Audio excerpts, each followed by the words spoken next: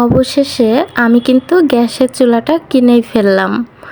আসসালামু আলাইকুম, welcome to my new blog.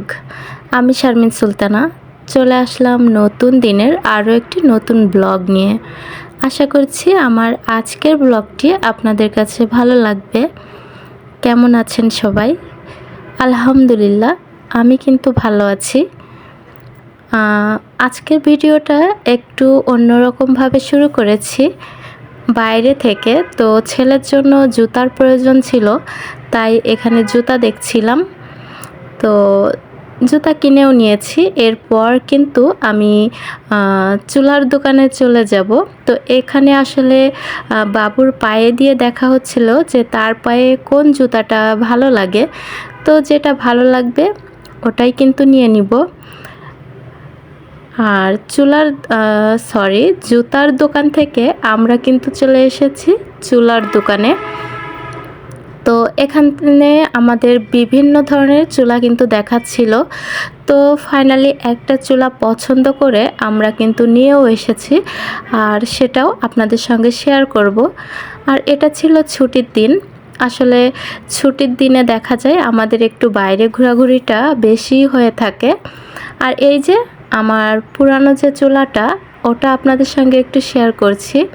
এটা হলো মূলত বাড়িওয়ালারা যে চুলাটা দিয়েছিল এটা কিন্তু আসলে এখানে ভিতরে ভেঙে গিয়েছে। চুলাটা গরম ছিল একটু, তো ভেঙে গিয়েছে। এই যে দেখুন, ইট দিয়ে রাখা হয়েছে নিচে।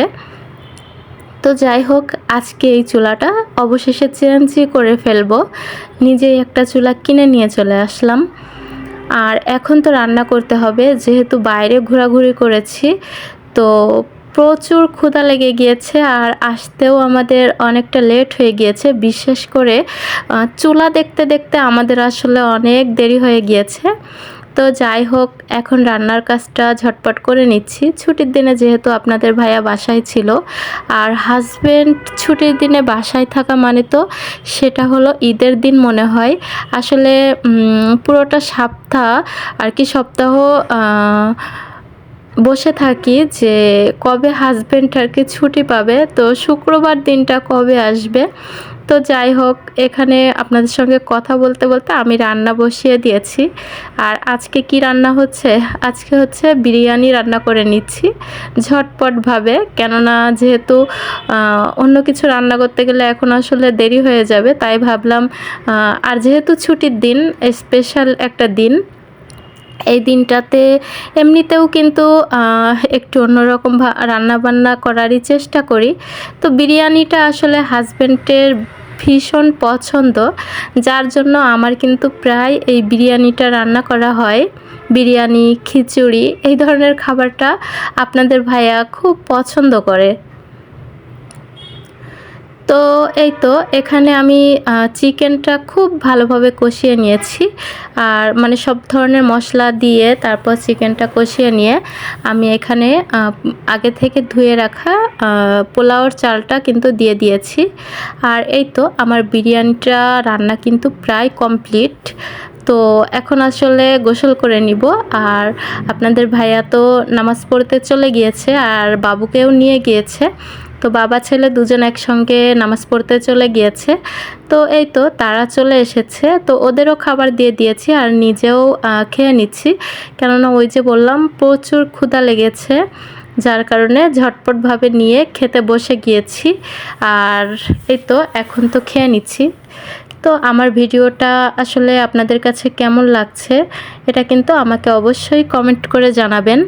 আর যারা এখনও একটি লাইক দেননি, প্লিজ একটি লাইক দিয়ে দিবেন। আপনার একটা লাইক আমার এই ভিডিওটা আরও অসংখ্য ভাইয়া আপুর কাছে পৌঁছে দিতে সাহায্য করবে। আর আপনি যদি আজকে আমার চ্যানেলে নতুন হয়ে থাকেন, চাইলে আমার চ্যানেলটি সাবস্ক্রাইব করে আমার এই ছোট্ট চ্যানেলের পাশে থেকে যেতে পারেন। আর অবশ্যই পাশে থাকা বেল আইকনের অল অপশনটি প্রেস করে দিবেন।